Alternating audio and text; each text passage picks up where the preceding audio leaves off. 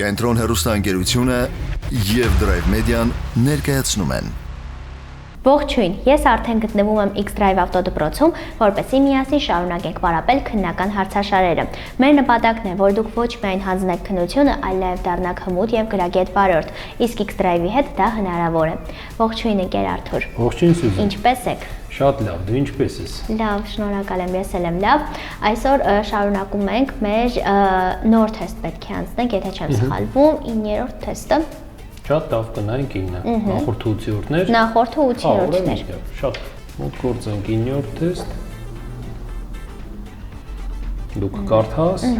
Շատ լավ։ Ճանապարհային երթևեկության անվտանգության ապահովման մասին Հայաստանի Հանրապետության օրենքի համաձայն ընդհանուր օգտագործման տրանսպորտային միջոց է համարվում կանգառի կետեր, կանգառներ ունեցող երթուղիներ, շարժվող ուղևորներ կամ ուղևորներ տեղափոխող տրանսպորտային միջոցը, տրամվայ, տրոլեյբուս, ավտոբուս,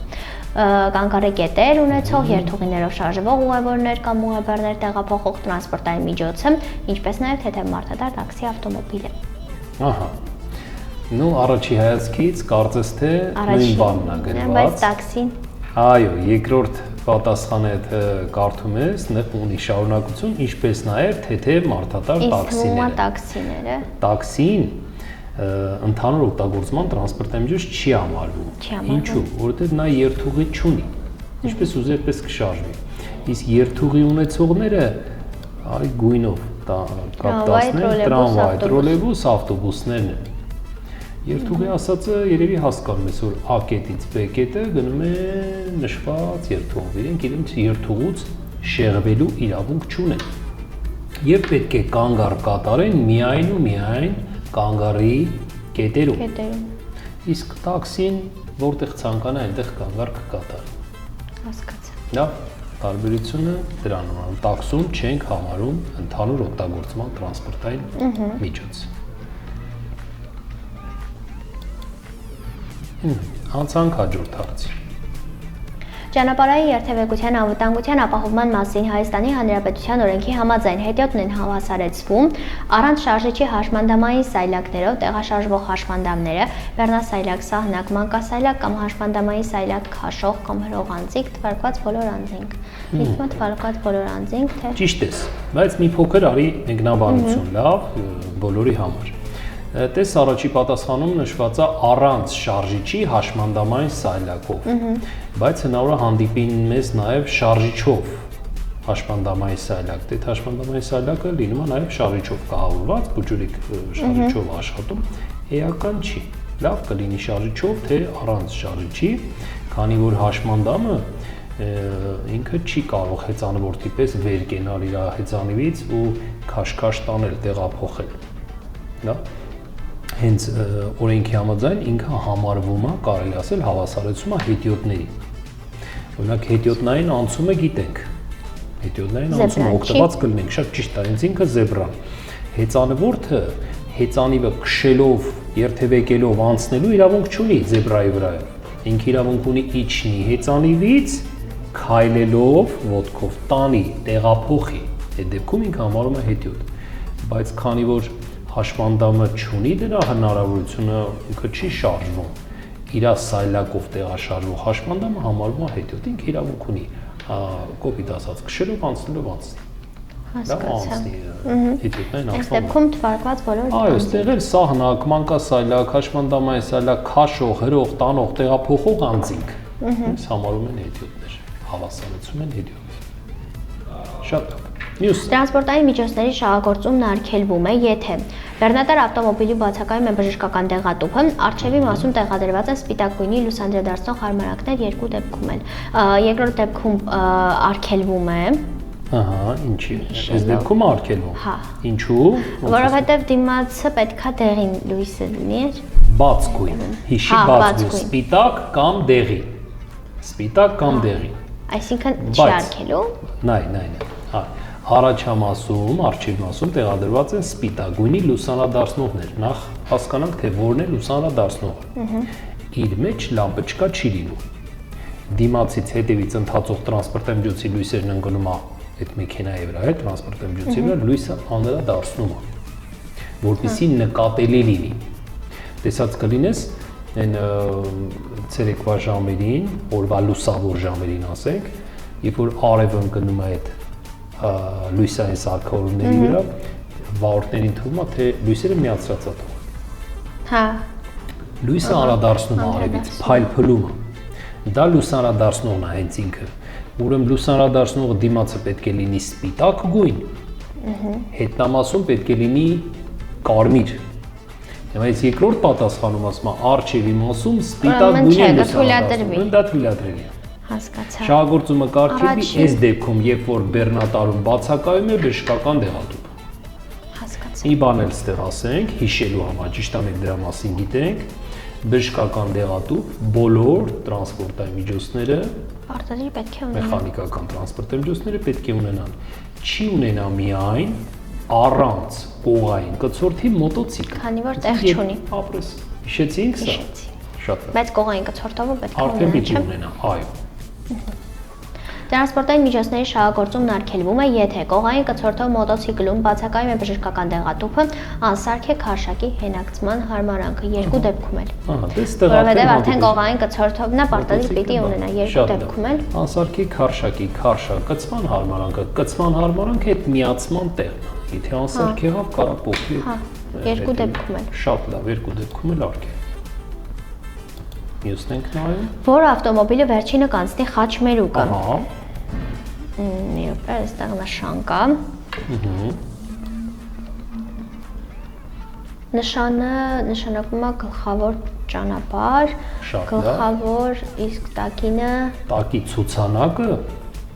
որ իրականում խաչմերուկի նկարն է։ հա, Ցուցատարից թե գլխավորից օգտվողները որ տրանսպորտային միջոցն են։ Այդ սև հաստգիծը այսինքն կանաչ ավտոմոբիլը գլխավորի տակ չի։ գլխավորից է մուտք գործում խաչմերուկ։ Նայ, ստեղից, այստեղից մուտք է գործում խաչմերուկ կանաչ։ Բայց ցախ ապտտվելու։ Կապ չունի ուրա գնում։ Հա, Նա որողությամբ ուզի իրավունք ունենա երթևեկելու։ Կարևորը մուտքն է, թե ինքը որտեղից է մուտք գործում։ այսինքն Ինքը մտնում է գլխավորից։ Եվս մեկը գլխավորից, այդ սև հաստ գծից ցուցանակին նայելով հասկանում ենք, որ մուտք է գործում խաչմերուկ կապույտը հասկացա։ Կամ կապույտը առաջինը կանցնի առաջինը, կամ կանաչ։ կապույտը առաջինը կանցնի, կամ կանաչը։ Շատ ճիշտ է։ Հիմա այդ երկուսից ինչ որ մեկը պիտի անցնի, ինչ ես Աչի կարծում։ ցարված ով չունի։ Ապրես։ Այս դեպքում աչի ցարված եթե կանաչ անցնի կունենա Ահա, կապույտը։ կապույտը կանցնի առաջինը։ Առաջինը Կապույտից հետո Բայց կապույտն էլ անցնի կունենա, կարմիրը կհարվածի։ կարմիրը Հա, երկրորդականից երկրորդային ամրացել է։ Ուրեմն կապույտը առաջինը կանցնի, կանաչի երկրորդը կանցնի, վերջինը կանցնի կարմիրը։ Ըստ հարցի, որ ավտոմոբիլը Վերջինը վերջինը կանցնի կանցնի խաչմերուկը, նշում ենք կարմիրը։ Կարմիրը պարտավոր կլինի զիջելու գլխավորներին։ Մյուսը, Խաչմերուկը առաջինը կանցնի, ահա, էլի մի հատ նայենք։ ստեղ արդեն, Այստեղ աչի ցարվածի սկզբունքը, այո, նշաններ չունենք, լուսացույց չունենք։ ով աչի ցարված չունի։ Կանաչը ունի, կապույտներ ունի, Միշտ ապիր, չշտապը, միշտ իրոք։ ապիր։ Հերթով պատկերացրու քեզ տվյալ տրանսպորտային միջոցի սրահում, ներսում, խցիկում։ Կանաչը ունի։ Չէ, չունի, ցախ ապտտվելու, ես կարմիրը չէի տեսել։ Ահա։ Ուրեմն առաջինը կանցնի կանաչը։ Այո, կանաչը կանցնի առաջինը, քանի որ պատճառը Աչի ցարված չունի։ Ահա, չունի դա պատճառը։ Իսկ կարող ես ասել երկրորդը Երկրորդը կանցնի կապույտը։ Կապույտը, շատ Հետո ճիշտ է։ կարմիրը։ Վերջում նոր կարմիրը։ Ըստ հարցի առաջինն ասում է կանաչ Կանաչը։ տրանսպորտային միջոց։ Փորձիր մյուսը։ Որ նշաններով է նշվում այն հատվածը, որտեղ վարորդները պետք է զիջեն երթևեկելի մասը հատող հետիոտներին։ Ահա, Որ նշանով այստեղ բարի հերթով նայենք։ Լավ։ Նախ առաջին նշանը տեսնում ենք, որ կարմիրը եզրերը կարմիր, ներողություն, եզրերը կարմիր ու ինքը եռանկյուն տեսք ունի, չէ՞։ Դրանից հասկանում ենք, որ ինքը նախազգուշացնող նշան է։ Նախազգուշացնում է, որ ենթադրենք, եթե բնակավայրում ենք 50-ից 100 մետր հետո հանդիպելու ենք հետիոտնային անցման։ Այսինքն անցումը հենց այստեղ չի, մենք այստեղ չենք զիջելու։ Հա։ Այստեղ նշանին հանդիպում ենք, Նախազգուշացնում հասկանում ենք, որ զիջելու ենք 50-ից 100 մետր հետո։ Այ 50-ից 100 մետր առաջանում ենք, մեզ հանդիպում է Այս նշանը։ B նշան։ Այս ծանոթ։ Հենց ինքը հետիոտնային անցումը Պետք է զիջել։ կահավորվում է այս նշանով, որ դու հասկանաս, որ սա է այդ անցումը։ Եթե տվյալ պահին անցումից օգտվող լինի, պարտավոր կլինես այս B նշանի դեպքում զիջելու ճանապարհը։ Ինչ վերաբերում է G նշանին, ինչ է այս նշանը։ Նշանը մեզ ասում է, որ մուտք են գործում բնակելի գոտի։ Բնակելի գոտիներում տրանսպորտամիջոցների արագություն պետք է լինի շատ ցածր, 20 կմ/ժ-ից ոչ ավել արագություն։ Մուտք գործել թույլ է տալիս այդ հատվածը։ Այդ պետք է զիջել։ Այո, ում ենք զիջում երթևեկելի մասում գտնվող հետիոտներին, քանի որ այս նշանի դեպքում հետիոտներն իրավունք ունեն շարժվելու, տեղաշարժվելու ճանապարհի երթևեկելի մասով։ Իսկ վարորդներն են պարտավոր կլինեն նրանց այնտեղ զիջելու ճանապարհը։ Այսինքն B եւ G։ B եւ G նշանի դեպքում պարտավոր կլինենք զիջելու հետիոտներին։ Իսկ այդ դեպքում չեն զիջի, այդտեղ չի գտնվում, այո։ Մի քիչ երկար խոսեցինք, բայց երևի պարզ դարձավ, չէ՞։ B եւ G նշանի դեպքում կզիջենք հետիոտներին։ Փորձենք նշաններից որը նախազգուշացնում հանդիպակաց երթևեկությամբ ճանապարհի սկզբին մոտենալու մասին։ Ահա։ Հանդիպակաց երթևեկությամբ A տարբերակը։ Ճիշտ է, Սյուզան։ Բառը մեզ հուշում է։ Նախազգուշացնում կարմիրով։ Ապրես, եզրերը կարմիր, եռանկյունի, հենց բառը հուշում է նախազգուշացնում, անշանն է մեզ նախազգուշացնում։ Որիշ նախազգուշացնում։ Դե սա գիտես, քո ուղղությամբ, քո առջև դարձափոխային երթևեկություն է կազմակերպված, սրանք էլ 3 գոտի գոյություն, եռագոտի ճանապարհ է, 2 գոտի ուղղությամբ, այո, մյուսը հակառակ ուղղությամբ, փոխկցով առատ, տարբերակ։ Միայն նախազգուշացում։ Իհարկե ասեմ, հուշող բաներ պատասխաններում կամ իր գրած հարցի մտքի բովանդակության մեջ քեզ հուշող բաներ շատ հանդիպելու։ Շատ։ Հասկացա։ Թույլատրվում է մոտենալ աշխատանքի վայրին այս նշանների ազդման գոտում։ Ահա։ Թույլատրվում է միայն աշխատանքային օրերին, թույլատրվում է միայն ոչ աշխատանքային օրերին, թույլատրվում է բոլոր օրերին եւ արգելվում է։ Հիմա այստեղ տես, այս նշանը մուտք գործել տվյալ հատված, տվյալ տարածք չի արգելում։ Նշանը արգելում է երթևեկությունը։ Հա։ Երթևեկելի դարձնել այս փողոցը չի կարելի, բայց մուտք գործել չի արգելում։ Իսկ ինչի համար ենք մենք մուտք գործում տվյալ հատված, տվյալ փողոց, տվյալ տարածք ասենք։ Ենթադրենք այս տարածքի բնակիչ ենք, ստեղ ենք ապրում, կարելի է մուտք գործել, կամ մեր աշխատավայրը, աշխատատեղն այնտեղ գտնվում, մուտք գործել կարելի է։ Ուրեմն ցանկացած օր իրավունք ունենք մենք մուտք գործել։ Բոլոր օրերին։ Ահա, բոլոր օրերին, թույլատրում է բոլոր օրերին մուտք գործել, ստեղ գրված է, ստես մոտենալ աշխատանքի վայր։ Ուրեմն երթևեկությունը արգելում է աշխատանքային օրերին։ Իսկ եթե աշխատանքային օր չի, անգամ կարելի է երթևեկել այդ հատվածը։ Հասկացա։ Պատկերացրինք։ Այս դեպքում թույլատրվում է բոլոր օրերին։ Թույլատրում է բոլոր օրերին։ Ու մեր վերջին հարցը այսօրվա։ Փորձենք վերջինը։ Կապույտ ավտոմոբիլը խաչմերուկը կանցնի։ Առաջինը կարմիրի հետ միաժամանակ, երկրորդը կարմիրի հետ միաժամանակ եւ երրորդը կարմիրի հետ միաժամանակ։ Այստեղ ունենք շտապօգնություն, որը առաջինն է անցնում։ Ճիշտ ես, քանի որ միացրել է լույսային եւ ձայնային ազդանշան։ Ինքը ունի այս դեպքում առավելություն, նրան պետք է զիջել ճանապարհը։ Ինքը անցավ առաջինը։ Ահա, պատկերացրի այլևս տեղում չի, որից հետո հերթը կասնի։ Աչից հարված չունի կանաչը։ Ապրես։ Կանաչը կանցնի։ Երկրորդը եւ վերջապես կապույտը։ Կապույտը երրորդը։ Կարմիրի հետ միաժամանակ։ Իրենց ուղղությունները կապույտի եւ կարմիրի չեն հատվում։ Այդ կողմից մոտեցումները։ Այսինքն երրորդը կարմիրի հետ միաժամանակ։ Երրորդը կանցնի, որ պատասխանն է դա, երրորդը վերջինը։ Երրորդն անցնում կապույտը կարմիրի հետ միաժամանակ։ Լավ։ Բարդ չի ինձ թվում, Ընդհանրապես բարդ չի։ Նամանավանդ ձեր բացատրածով շատ մատչելի եք բացատրում, անգամ մեր հեռուստադիտողները բոլորը դա են ասում, որ դուք շատ մատչելի եք բացատրում ու իրոք դա տենց է։ Հա, փորձում ենք ավելի մանրամասն, որպեսզի բոլորի համար լինի մատչելի։ Ավարտենք այսօր, ամփոփենք մեր YouTube-դիտողների ուղղված հարցերով, էլի խնդրել եմ որպեսզի պատասխանենք։ Մի քանի հարցի պատասխանենք։ Փորձենք պատասխանել։ Խնդրել են որպեսզի բացատրենք կողանցում, շրջանցում վազանց թեմաները։ Շատ լավ։ Նայ, երեք իրարից տարբեր բաներ՝ կողանցում, շրջանցում եւ վազանց։ Ճիշտ է։ Եթե դու քո զբաղեցրած գոտուց